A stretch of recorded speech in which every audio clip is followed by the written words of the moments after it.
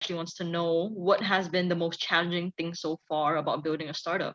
So I guess you could talk about, Snippet Finance or your Mountain Capital fund that you just started up. Yeah. Okay. So both, it's quite exciting to do your own thing. What I would say is, but doing your own thing has always got loads of ups and downs. I mean, it's a little bit of a roller coaster. Um, I think some of the hardest bits is that you care so much about it that you pretty much have to kind of do or be involved in everything. And I think one of the biggest challenges is kind of learning how to delegate and give certain responsibilities to other people without being kind of involved in it. But the truth is, it's very difficult to do that. You always want to be involved in every part of whatever the startup is doing. But early stage startups, where I'm at with lots of these things, it kind of allows that, because I sort of have to do most of the things that are out there. In a way, it helps you a lot, because if you've been involved in every aspect of a startup from the beginning, you learn a lot about all the different areas, including, for example, legal and finance and HR and taxes and whatever it may be. So that means that because you've been involved in it, you've kind of understood it, so that when you do eventually get other people doing it for you, whether you outsource it or you hire people to do that, you're able to interrogate them and be on the same sort of level with them, rather than sort of not having the knowledge base about it. So in Snippet Finance, for example, that entire site, everything you see is I built myself from scratch. So I know how it all works. So if one day, for example, I want to redesign the site and give it to someone else who's got a lot of experience building websites, I'll be able to talk to them about it because I've done it myself, right? And similarly with Snippet Finance, if I hire a lawyer or whatever, I can, I've read all the contracts myself. I know exactly how it's sort of all structured, so that it helps me interrogate those things. But you obviously have setbacks and things like that. But I think it's that part that, because you're involved in everything, you feel every little bump on every front, and that part can be quite difficult for a startup for a lot of people. Absolutely, that's really really interesting to know. So just kind of diving in right now, in in more general terms, could you explain to our audience the basics, like what is investment management? Sure. So it's probably, a lot of you on campus will have seen, investment banks and consulting firms, and they're ever present on campuses in terms of recruiting, and obviously law firms as well. Investment management is increasingly more, but not as much, at least definitely when I was recruiting.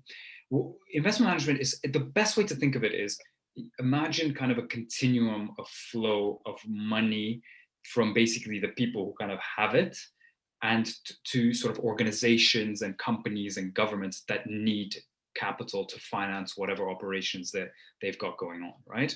And this continuum is like a flow, and investment managers sit over here. And essentially what we do is we sort of take capital from pension funds, local authorities, universities, wealthy individuals, whatever, and we allocate that capital using an investment strategy in terms of how we think the money should be allocated most efficiently. And we allocate, what I do, for example, is I make investment decisions in public equity markets. So I select equity. So I say, okay, I think this company is going to do well, and I will invest in the shares of that company. That's essentially a very sort of nutshell way. And the more you think about this continuum, the more you understand how all the different players are involved. And investment management kind of sits here. And the way to think of it is, we have capital to allocate and we pick securities, right? So the individual securities, whether they be bonds or equities or whatever investments. And the other thing you have to know about the investment management world is that there's loads of different ways of allocating capital. And you might have private capital as well, so it might not be listed in the stock market. You might be running a macro strategy, et cetera, et cetera. So there's lots and lots of different ways. And our primary objective is to make money, right?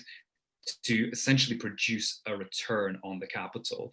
And that's basically what I'm trying to do, right? So if you have a fund, you're trying to make a positive return. If you have a long only fund, as in meaning that you own a collection of securities that you just buy, so you don't short any stocks, i.e. you bet that stocks are going to go down, you are usually benchmarked against some sort of market benchmark, and your goal is to outperform that market benchmark. So that's kind of in a nutshell what I do. So I think, do you have any other questions about that? No, yeah, that was a really, really comprehensive, explanation for an introduction. So yeah, thank you very much for that. So let's get into more of the specifics. What kind of things do you do specifically day to day, like in terms of like maybe client management, maybe research? What about Yeah. that? An investment management firm is actually incredibly kind of a simple organization, right? You essentially have different teams, right? You have an investment team, and the investment team's goal is to make the investment decisions. So if you think about what that involves, essentially for me, it involves finding ideas, right? So like which stocks to invest in, doing the research on those ideas, so understanding whether it is a good or a bad investment, and then making an investment decision and putting together a portfolio of those investments. And then you spend time kind of monitoring that portfolio and always kind of thinking, do I have the right stocks in that portfolio? And you continue doing research on new ideas and replace the ones that are within the portfolio. That's kind of the basic sort of idea. Picking those bits apart, for example, the analysis part, like what does that involve? Well, it's exactly what you think it is. It's a lot of desk work. It's a lot of reading annual reports, presentations from the company, sell side research as well. So research that comes from investment banks, the internet, whatever you name it, to try to form a holistic picture of the company. You also build financial models. So you try to understand, what are the financials, and you use the annual reports that companies have to produce to put together a financial picture of the company. And that this process has lots and lots of elements related to it. And fund managers have different ways of doing things. And usually they have lots of analysts to kind of support them in doing the analysis work. But the ultimate goal is, what's the investment decision? And then you put together a portfolio. In terms of client side, so essentially, so we obviously as fund managers need capital to invest in the market. That we're investing other people's money, and that money needs to be raised. And raising that money involves essentially going out to what are termed clients, who are institutions that allocate money to fund management and investment management firms. And these institutions sit kind of, I guess, a layer above. So they make an overall asset allocation where they say we're going to have some percentage in bonds, some percentage in equities, some percentage in private equity. And then they say, well, let's go find the best managers to manage that portion of our money for us. And they have a long-term asset allocation kind of objective, how they're thinking about their business or their thing. And they are usually beholden to another set of clients, which is their members, whether it be pensioners or students like yourselves, or whoever, or local authority members, etc. And so that's why you have this sort of continual chain. And in terms of work on the client side, essentially it's like presenting to them why they should pick me over somebody else in terms of making investment decisions on their behalf in this particular segment of the market. And that involves a lot of, essentially pitching. We have a slide deck, and you talk about your investment philosophy and strategy and your process. And that's where individuals are kind of going to take comfort in that you're doing the right stuff for them. So I think that's sort of in a nutshell what happens. And of course, you have specialists who specialize in the client team. And then underneath the investment team, I say underneath, but it's crucially important. As in a startup, you figure these things out. You have the operations team, which essentially makes sure that everything happens. So the moment a fund manager makes a decision, I want to buy this stock, from that moment until everything that goes behind it, buying, settling, transferring cash, having the legal structures, etc., is kind of handled by the operations team. They handle flows in and out of your funds, etc., etc., etc. And they're kind of the lifeblood of the organization. Then you also have the compliance team, because it's a heavily regulated industry, and the compliance team has to think about whether you're following the rules of a orderly and good market.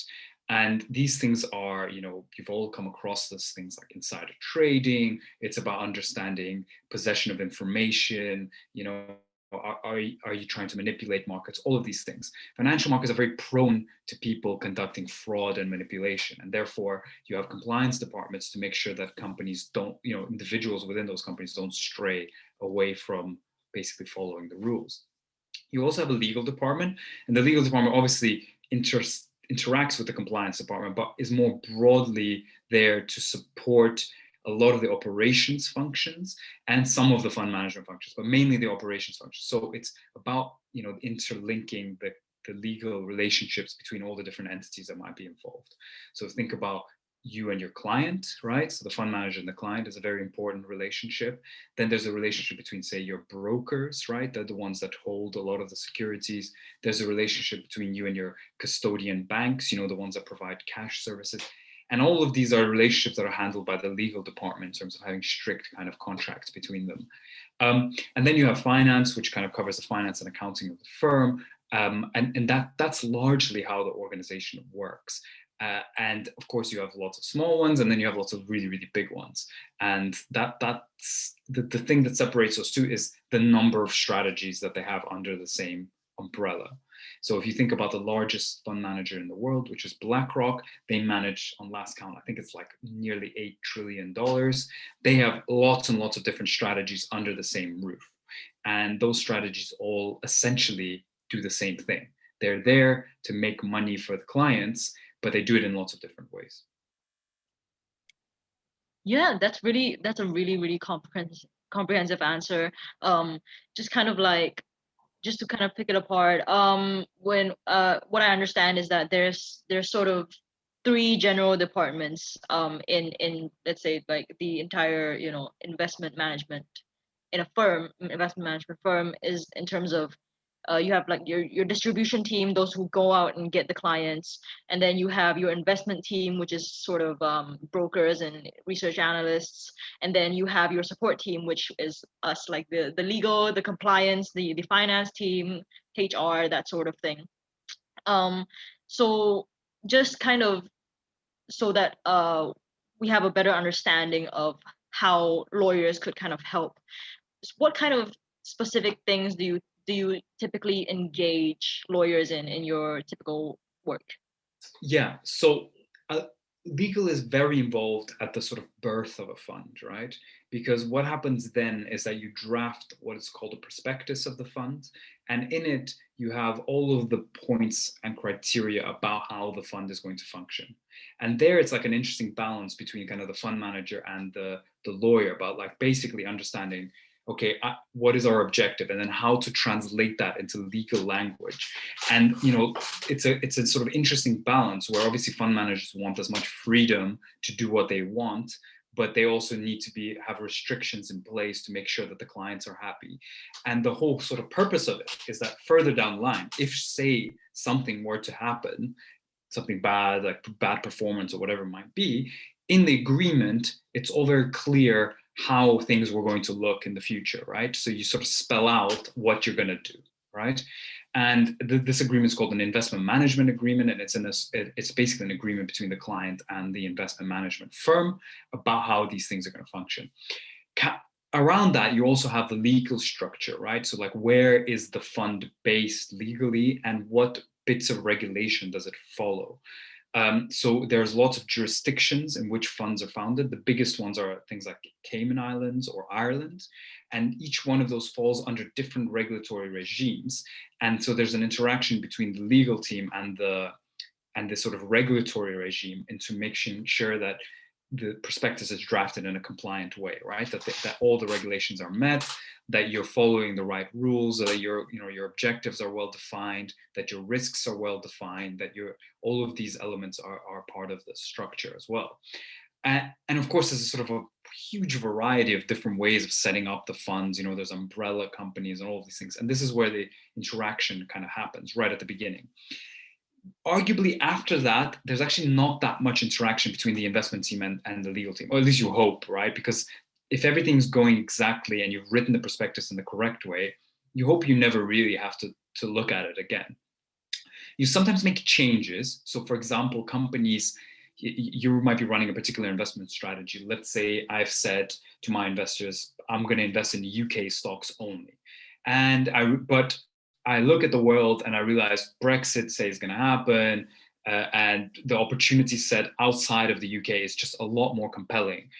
I might write to my clients, and that's where you get the lawyers involved again, and change the prospectus. And that involves various procedures, etc. And to say to the clients, look, we're now going to be doing something completely different. The most famous example of this is some of you have probably read The Big Short, especially Michael Burry. He used to run like an equities fund, and then he just saw this immense opportunity in terms of shorting US housing bonds, and he literally had to rewrite the whole fund. And some of his investors were like, you're crazy, we're going to leave you, this is not what we signed up for. But others went with him, and obviously, the rest is history, as they say. So I think that there's a little bit of a relationship there. In general, it's about that. But the majority of what the legal team does within an investment management firm is deal with the operations team, which has all of the relationships with the different providers, brokers, custodian banks, etc., and making sure that those relationships are airtight and well defined. Often you sometimes use platforms, so like Majetti, for example, uses Link Finance, which is like outsourcing portions of your funds. So you do this because you want to share costs. So the relationship then with you and the platform provider might be something that's very, very important to ascertain, like who owns what. And so in general, my experience, essentially, it's at the start of the fund. If you ever want to change anything in investment strategy, and really, which fortunately, knock on wood, has never happened to me, if something goes wrong, right, where you then have to consult what you've written in the legal agreement about what's happening. And of course, there are other elements of it which people don't talk about as much, which is like the employment contracts. Fund management is a sort of key man, key woman kind of business, right? Often the fund manager is basically the product, and so understanding their employment contract is very important in terms of how a firm splits the gains of that relationship, right? If you think about that. So those employment contracts have lots and lots of clauses about pay, and a lot of the pay happens as equity compensation, either as units of the fund or equity of the underlying investment business. There's restrictive covenants, which is like the favorite area of fund managers, because sometimes they just want to leave to another firm.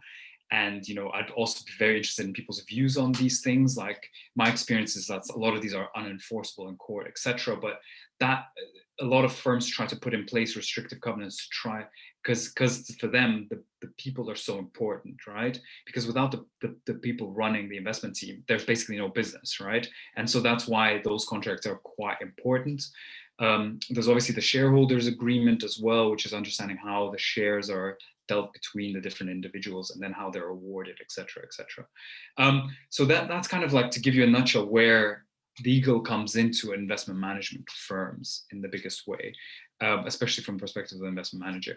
And the thing, I guess, for everybody to take away here is that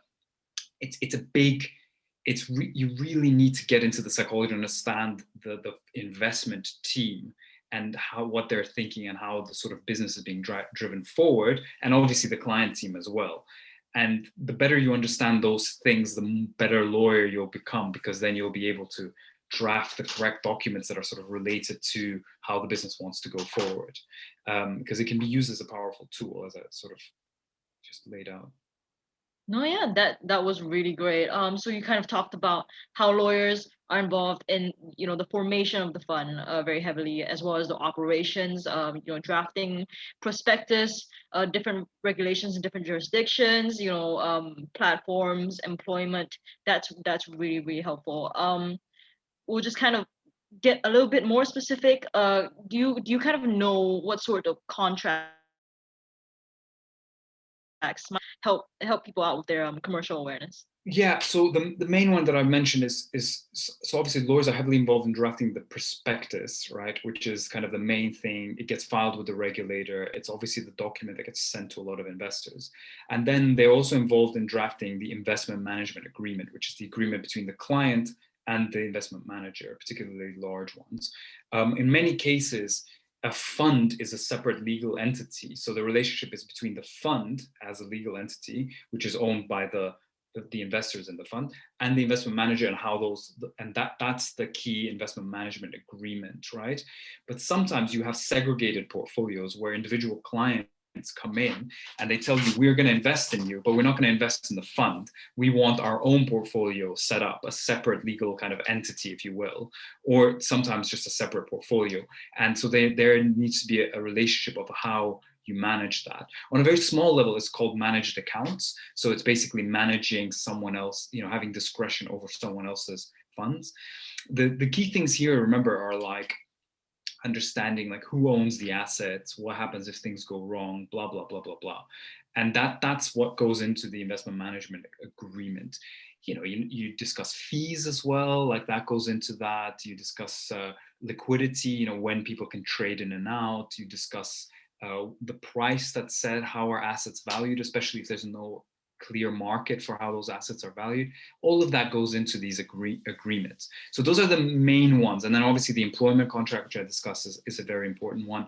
And then at the formation of the firm, you have the shareholders agreement, which I think is I mention it again and again, is because it is vital. It's the foundation of how a firm will look into the future. And for investment management firms, it's very, very important. Yes, absolutely agreed. So just in the interest of time, I'm gonna jump into sort of the market trends that are happening within the industry. So as sort of a general question, what are the key issues affecting the investment management industry today? Yeah, good question. So I would say I'll flag up a few. So it's basically it's quite tough, the industry, right? The main issue is that you're seeing quite a lot of fee pressure, and the reason for that is sort of unknown. But the main driver is usually the shift towards passive as an investment strategy. So what is passive? Think of it as active is you pick a fund manager, they make the investment decisions. Passive is you're investing, but in a way that isn't active, as in it's a mechanical way of making the investment decision. And the most classic way of doing that is an index, right? So essentially you buy all 500 stocks in the S&P 500 in the proportions that they are in the index, and then that's it. And obviously, because there's no expensive infrastructure and investment managers, et cetera, the fee rates are much cheaper. And because a lot of people see there being no value in active, because frankly, the average fund manager doesn't really outperform the index that well or by a large enough margin, especially when you account for fees, a lot of assets have been shifting over to passive. And this is a big trend that's going on in the investment management world. The other trend on the investment side is obviously ESG. That's becoming a big element that people should really be aware of. Essentially, what's happening is the underlying clients and the underlying investors, individuals, are starting to care about how their money is invested, and they want their money to express a view that isn't just related to financial return. So as in, I want my money to be invested with companies that are either doing good or changing for the better. And because I want my money to make a positive impact on the world. And that is a big trend that's not going anywhere. So I think a lot of people should be aware of that on the investment side. So you've got the rise of passive investing, which has been going on for 20, 30, 40 years. You've got ESG, and I think those are the two key kind of trends. Obviously, the passive causing some pressure on fees. Right. Yeah, absolutely. That's really interesting. So I think do you think that ESG would start to become sort of a differentiating factor for like managers who are trying to get clients back into the active sort of sort of route and yeah, and probably you would need lawyers to kind of help you navigate through how you could do that, right?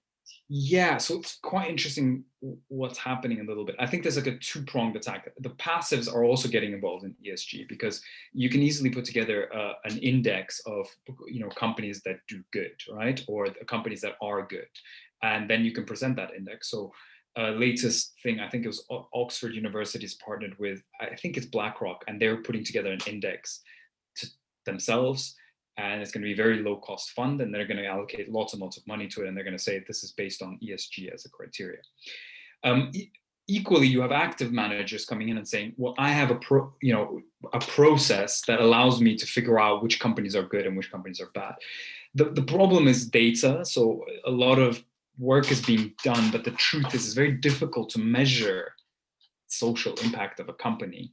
And there's a lot of companies, in fact, I'm involved helping one as we speak, sort of trying to tackle the data challenge, which is a very, very important challenge within the ESG space.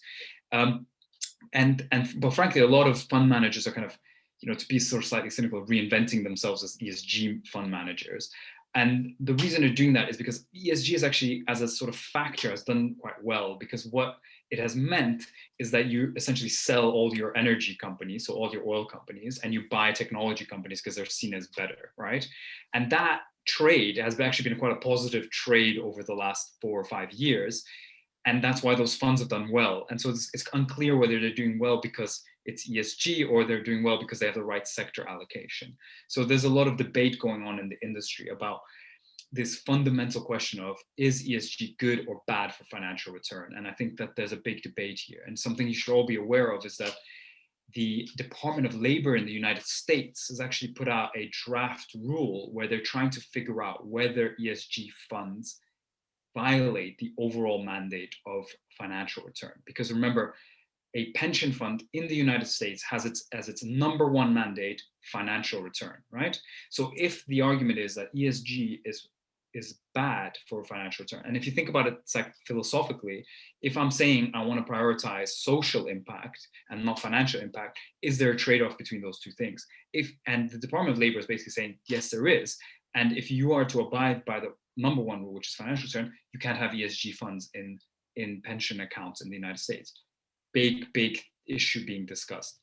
Europe's moving the other way. Europe's a lot more progressive on ESG. They think investing has to involve ESG. So they're making rules as we speak about disclosure requirements by fund managers of their ESG process. And these are only going to get harder and harder, right? In the end, they're probably going to have to ask companies, just like they have to, like right now, I have to disclose, risk factors and, performance of the fund, blah, blah, blah, blah, blah. There'll also be a section about ESG. So there's a big onus on disclosure about ESG, and that's driving funds to include that as well.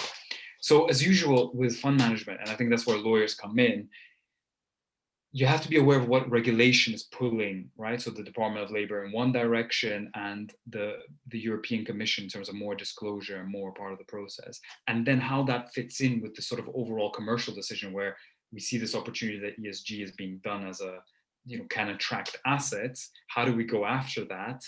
And how do those two things kind of interact with each other? So I think it's a very interesting space for people with a legal mind to get involved in and understand.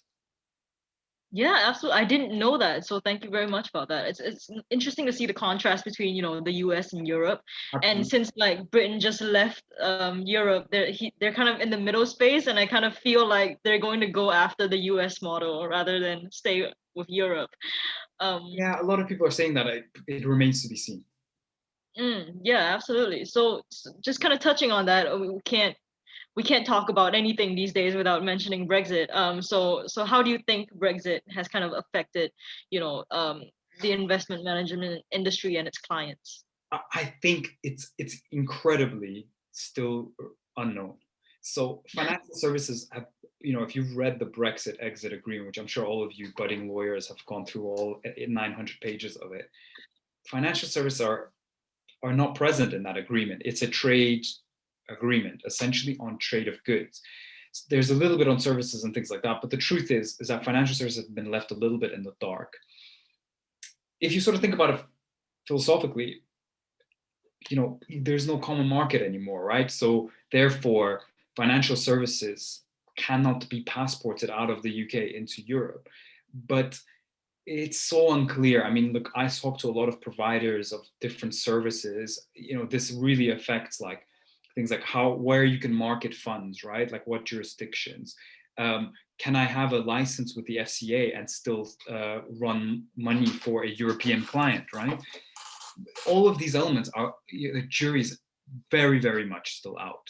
I can tell you that I know one fund that's had to move their regulatory license to Cyprus away from the UK because basically they were based on a platform. So they were registered in Malta, and Malta being part of the EU, Malta basically said you can't be FCA registered to run a fund based in Malta. So I think they're making movements. And of course, there's the other element, which you guys are aware of, which is there's the political side of things getting involved and people, countries trying to steal industries away from each other. But the truth is, the very large UK, London-based, and Edinburgh as well, investment management industry is still very much in the dark about what happens, about running money for clients in Europe. And we'll see how it goes, basically. So no answer to that, unfortunately. It's just going to be months of people just saying I don't know. It happens sometimes. Um, in the interest of time, I know Azhar sort of has a question. I want to let him talk about that. Oh yeah, so Yuri, I've got a few questions regarding the newer products that have come to market. So how have investment management funds looked at it? So we have got blank check acquisition vehicles, so SPACs, SPACs, and we have got crypto, so crypto ETFs. What do you think about this new products? Yeah, so I mean, obviously, there's a lot. SPACs are probably something I can kind of comment on. Crypto, maybe less so, but I would say, I always kind of look at this like if you're a student of financial markets, you're definitely then by definition you're a student of history, and it's just always the same thing repeating itself, right? The fundamentals of finance have not really changed for, I would say, hundreds of years, right? There are basic ideas out there. Leverage is an idea. Using debt to finance purchases of assets has been around for forever, right? Liquidity and understanding the mismatch between liquidity has also been around forever. And a lot of the financial instruments are just expressions of like one of these two things, right? And it's transforming risks from one type of risk to another type of risk, moving around leverage between different parts of the market, and moving around liquidity between different parts of the market. And every kind of crisis, new financial instrument, etc., kind of always fills these buckets, right? Or trying to essentially achieve some sort of goal. So blank check acquisition companies existed before. They're not a new thing, right? What's slightly new is they're using those vehicles for companies to go public, right? Which is, frankly, it's kind of a funny way. Maybe it's just a way to save fees or whatever it might be, right? Because you can list a blank check company for quite cheap, especially if you have a big financial sponsor, and then you can just acquire a private asset. Then you don't have to go through the rigmarole of IPO process, because IPO process typically take a couple of percentages of whatever IPO proceeds as fees.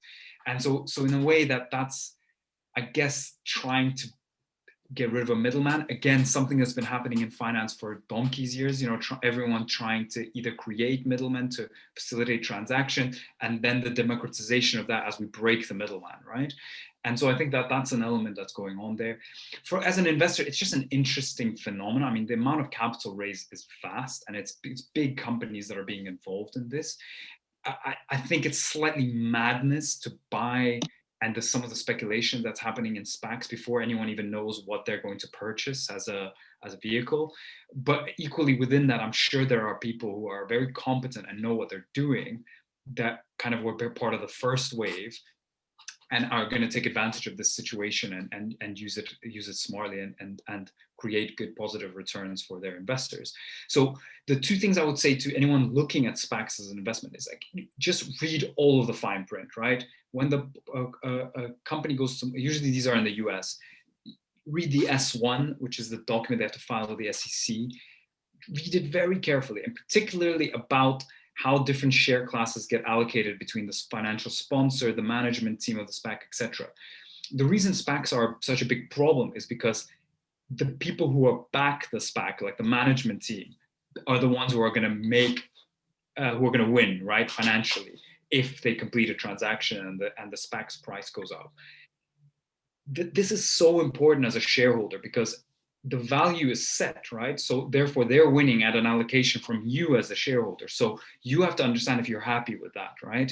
And typically it can be quite a lot. So, I've, for example, in our fund, we have one investment in a company that went public through a SPAC, and I spent ages just reading the S1 to try to understand what is going on in terms of the value transfer between the different parts. So that would be my advice on those.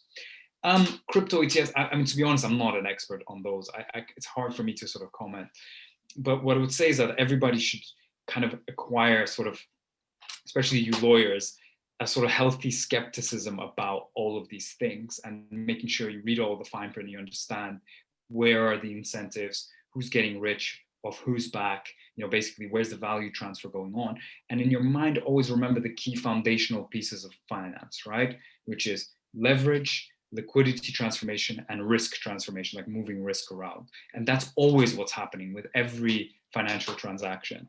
And so just think about those, and actually that will do you in good stead. And equally, it'll allow you to avoid trouble, right? If there's too much leverage, it's probably going to be a problem, right? If there's a mismatch between the liquidity, for example, take an example of an ETF, right, that invests in an illiquid asset. The ETF itself is offering second by second liquidity in its shares, right? But the underlying asset can't be sold like that, right? So therefore, there's clearly a mismatch in liquidity here, and that's gotten funds in trouble before. And then risk transformation. Risk transformation is completely fine, but you can't get rid of risk. You just hide it, right? So where is it going? Who's taking the risk? So always think like that. Hopefully that gives you an answer on all those things. At least a toolkit to think about stuff in the future. That's great. I just wanted to get more on specs because there was a recent article on the Financial Times about was it Goldman Sachs, David Solomon. You're saying that it might not be sustainable. So are we going to see a bubble or something of a repeat of the global financial crisis? That's the question. I would just like to I don't personally think so. The amount of money.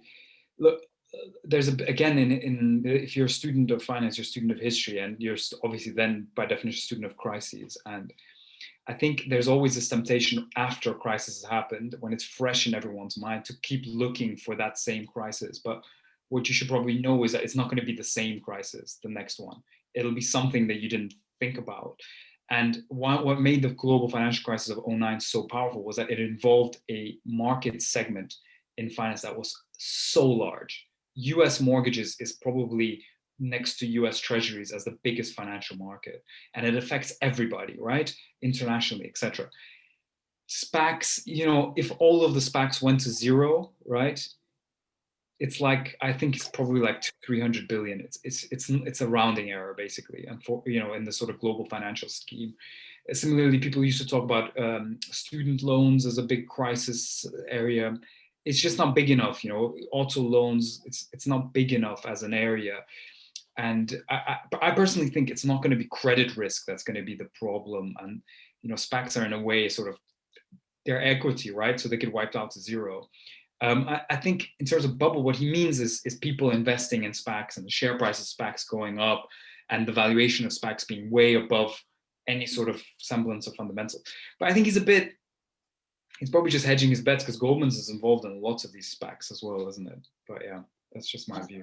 Yeah, no, that's great. That's great. Thank you for that.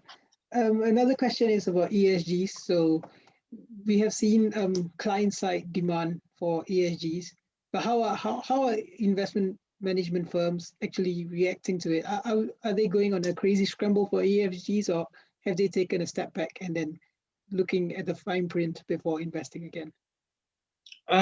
So I think it's basically there's been a transition over the last couple of years where at first it was seen by lots of investment managers as a bit of a nuisance, in the sense that they have to report on it, they're getting questions on it.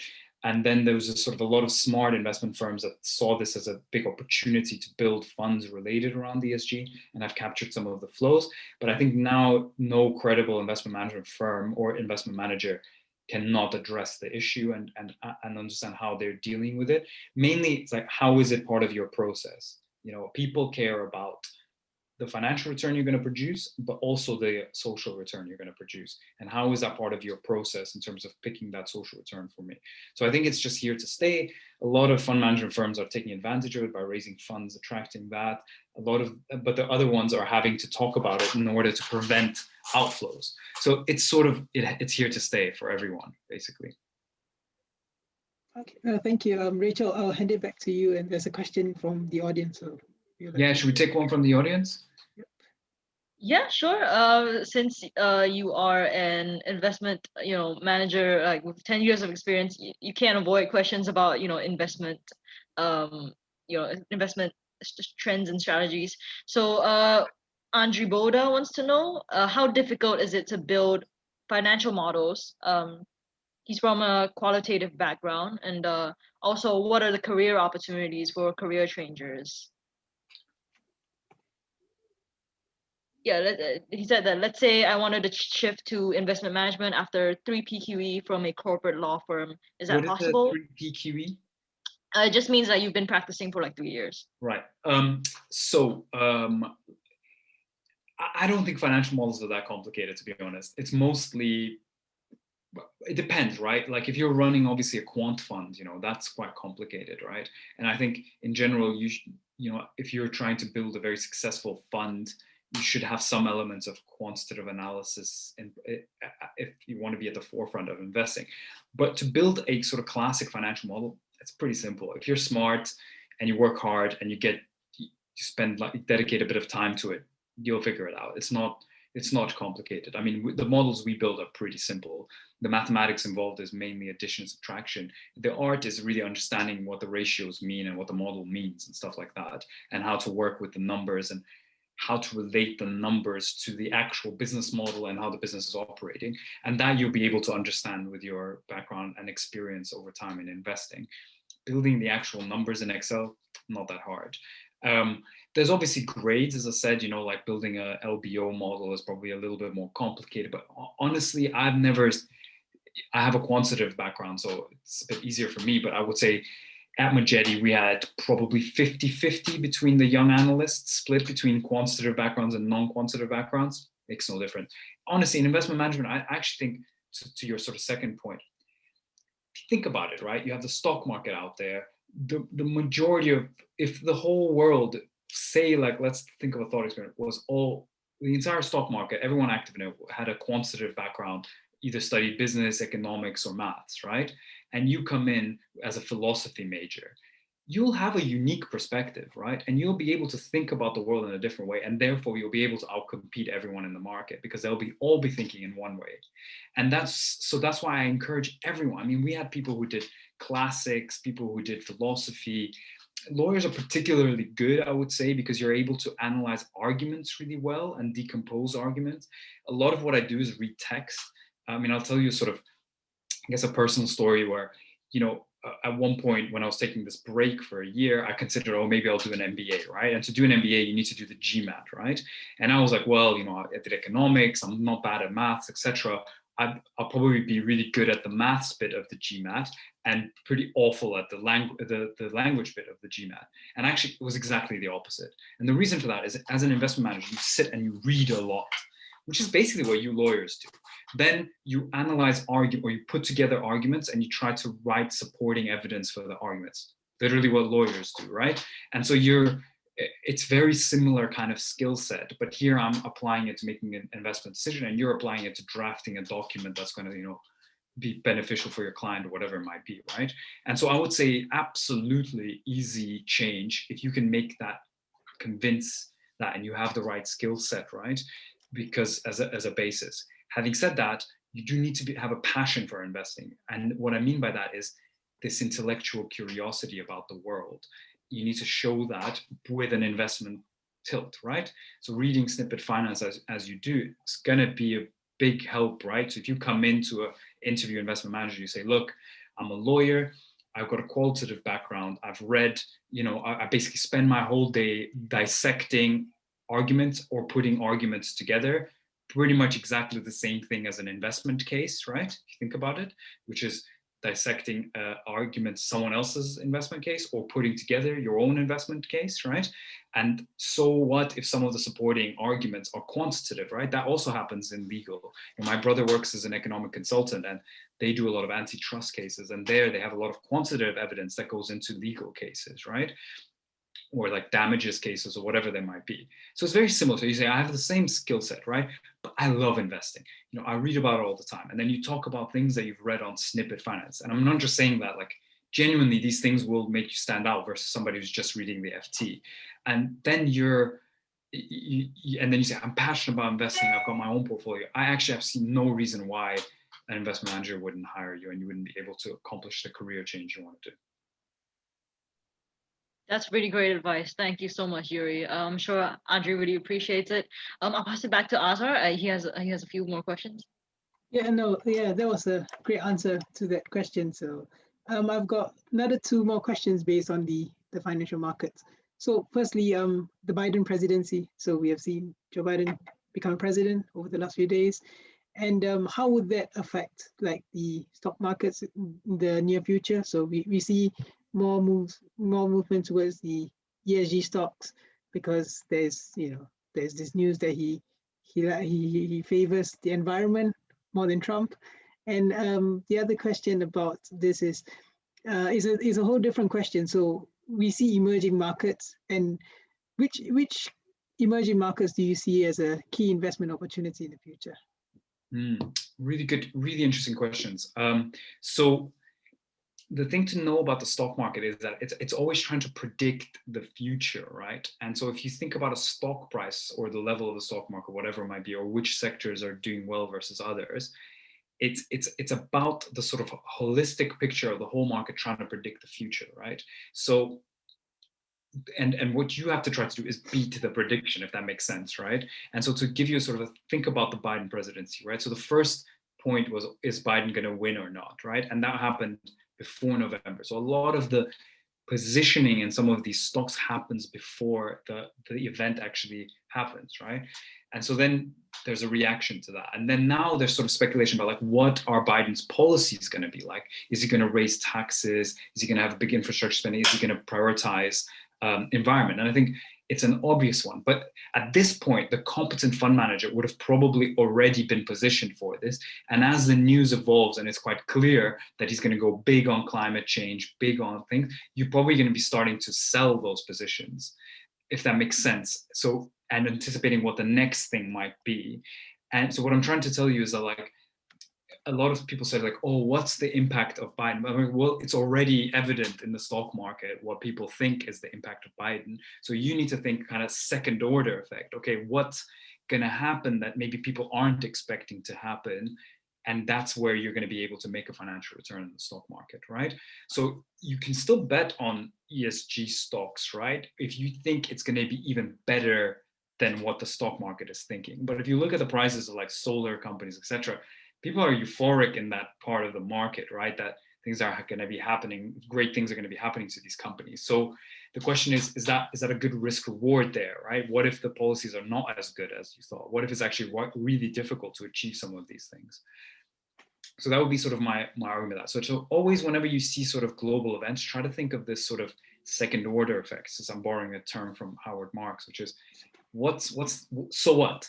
You know, what's the next thing? And like, what is everybody thinking? And where am I kind of thinking differently? And try to think critically about how the news that you read and try to understand it. So for example, the Biden thing, you know, tell me like, so what? You know, what's next? Like, what could happen next? What's going to happen in the next year, right? Because it's obvious that Biden's doing some of these things. What's his next move in a year's time? And that's where you're really going to be able to make a return on the stock market. Emerging markets. So our fund is mainly focused on developed markets. So I'm not really an expert on emerging markets. I've never really invested a lot. We can invest in emerging markets, and we do. I'm quite excited about India as an investment market, simply because I just encourage you all to have a look at Jio, which is the telecoms operator, right? And just take a step back and realize what they have done. They built a 4G only network, right? So therefore, and I think this is one of the amazing things that's happening in emerging markets. They're leapfrogging what's happening in the West, because they just went and said, okay, we don't need 1G, 2G, 3G. Like, what's the point of those? Why don't we just build 4G, right? And then obviously they're going to build 5G on top of that, which is just an extension of the technology. And so they're basically saying, we're just going to jump one step ahead. If you look at some African countries, you know, they're way ahead in mobile payments than the West is, simply because their entire telecoms infrastructure is built around mobile phones. So therefore they had to have mobile commerce. And so a lot of emerging markets are kind of jumping the thing. And so I'm excited about India in the sense that like they built a massive 4G network. It cost billions of dollars to put together. They gave it away for free to people at the beginning, which is nuts, right? They gained the most number of subscribers ever. And if you look at some of the statistics, and I put it on Snippet, in terms of what the telecoms market looked like in India before Reliance Jio came in, and what it looks like now in terms of data usage and cost, it's just unbelievable. It's literally like hundreds of times less cost, you know, like 20, 30 times more gigabytes downloaded by people. And what the goal is that you're going to give a reasonably priced smartphone and subscription to data to 1 billion people, right? And that is going to transform, digitally that country, I think. And it remains to be seen, but I think that's one of the most interesting things going on in the world in emerging markets right now. So that would be one where I'm sort of quite interested in that. The others I don't really know that well, to be honest. I think one of the biggest guiding principles I have right now is this concept that Asia and emerging markets, in terms of technology, are actually ahead of the West, despite what everybody says. When it comes to e-commerce, when it comes to social media, when it comes to what's it called, like delivery networks, a lot of these things, they've literally leapfrogged. And so I look often to China in terms of like, where are some of the platforms going in the West in terms of understanding what's going to happen. And it's worked really well so far. And but India is a little bit different, isn't it? That's why I'm excited about, because it's kind of catch up as well. Yeah, thank you, Yuri. This is absolutely brilliant. I'm aware we ran slightly over time, so I'm sorry about that. But no, my pleasure. So yeah, thanks everybody for having me. I hope that's useful in a way. Definitely you're in a great profession, right? Because law, I'm a big fan of lawyers and the way they think about things and decompose things, and have this clarity of thought and argument about things. So you're in the right place, and I'd encourage you to apply that to every part of the world, the world that you see. And when it comes to commercial awareness, definitely get it up there by reading things that are not necessarily kind of the front page of the FT. That will make you smarter and better. And whatever you read it critically and sort of interrogate it in the way you would interrogate a legal contract. And all of those things will put you in good stead for getting jobs later down the line. So yeah, best of luck with everything. Obviously subscribe to the blog if you want to. And yeah, great chatting to you all. Thank you so much. I put a link to the blog in the chat. If you want more insights from Yuri, go ahead and check that out. But until then, yeah, thank you very much. You guys can go enjoy your night now. Thank you. Take care. Bye. Thank you. Bye.